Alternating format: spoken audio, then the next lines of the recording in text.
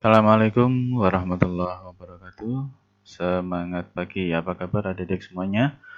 Kali ini kita akan melanjutkan kembali tentang materi gerak lurus, di mana sebelumnya kita sudah berikan contoh soal secara sederhana, contoh soal secara grafis tentang bagaimana cara untuk mencari jarak total ya, jarak tempuh total dan sebagainya. Nah, kali ini kita akan lanjut pembahasan pada kelajuan dan kecepatan sesaat.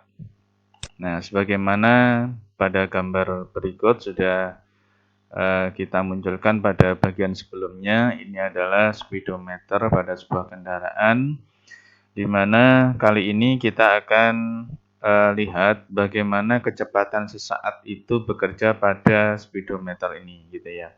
Nah, kalau kita sesekali waktu ya pada saat berjalan mengendarai sepeda motor atau mengendarai mobil, tiba-tiba kita melihat ya, tiba-tiba kita ingin menengok berapa kecepatan kita mengendarai kendaraan tersebut, maka pada saat itulah ya, pada saat yang pada waktu yang relatif singkat itulah yang kita namakan sebagai kecepatan sesaat atau kelajuan sesaat gitu. Nah, sehingga kalau misalkan kita lihat, kita telusur dulu dari istilah kelajuan ya. Jadi memang ini yang awal adalah kelajuan, di mana kelajuan ini merupakan besaran skalar.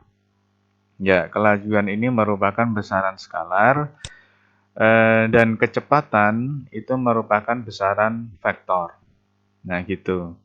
Namun kelajuan dan kecepatan ini sama-sama dia merupakan besaran turunan di mana mempunyai satuan meter per sekon. Sama ini ya, bedanya hanya dia punya nilai dan arah, dan yang satunya hanya punya nilai saja, begitu. Nah, berikutnya kalau yang kita mau cari adalah kelajuan sesaat, ya kelajuan sesaat, maka yang nantinya akan kita temukan adalah nilai dari besar atau nilai atau besar ya, nilai atau besar dari kecepatan sesaat.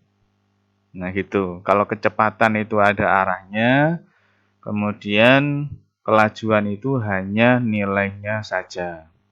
Nah, sehingga kalau kita rumuskan secara matematis bahwa kelajuan sesaat itu dirumuskan dari limit delta T mendekati 0. Nah, kenapa delta T mendekati 0? Itu karena waktu pengamatan yang terjadi itu pada selang waktu yang relatif singkat. Ya, sehingga delta T-nya ini sama dengan 0. Sehingga namanya adalah kecepatan atau kelajuan sesaat ini tadi. Dari apa? Dari delta X dibagi dengan delta T. Nah, gitu. Nah, kalau nanti rumus ini kita jabarkan ya, yang dinamakan dengan kecepatan atau kelajuan sesaat itu adalah diferensial. Ya, diferensial dari X dibagi dengan dt. Gitu, dx per dt. Nah, kalau nantinya kita ketemu grafik seperti ini adalah grafik ya atau kurva yang menyatakan hubungan antara jarak dengan waktu, ketemunya seperti ini, maka yang kita namakan sebagai kelajuan atau kecepatan sesaat itu merupakan gradien. Ya, gradien dari grafik itu atau kemiringan grafik itu. Nah, ini yang kita sebut sebagai ds per dt dalam selang waktu yang relatif singkat. Inilah yang kita namakan sebagai kecepatan sesaat. Nah, kalau saya punya contoh soal sekarang seperti ini. Nah, sebuah titik mengalami gerak dengan persamaan X sama dengan 10 plus 2T kuadrat. Nah, dalam satuan meter ya.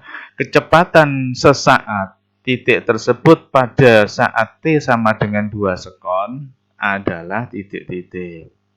Gitu. Yang ditanyakan adalah kecepatan sesaat. Nah, kita tuliskan dulu persamaannya. Ini adalah persamaan posisi. Ya, atau jarak boleh. Nah, kemudian yang ditanyakan adalah kecepatan saat di mana T-nya sama dengan 2 detik.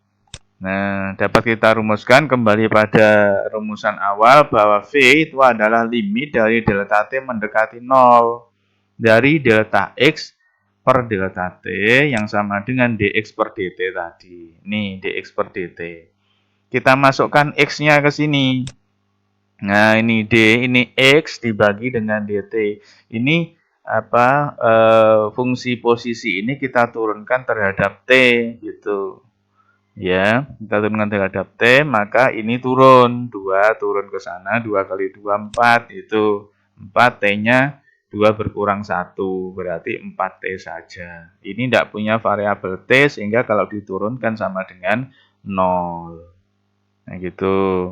Nah, jadi rumusan untuk kecepatan adalah 4T. Kita tinggal masukkan kecepatan pada saat 2 sekon, ya dikalikan 2. Nah, inilah kecepatan sesaat di titik T sama dengan 2 sekon. Yaitu berapa? 8 meter per sekon.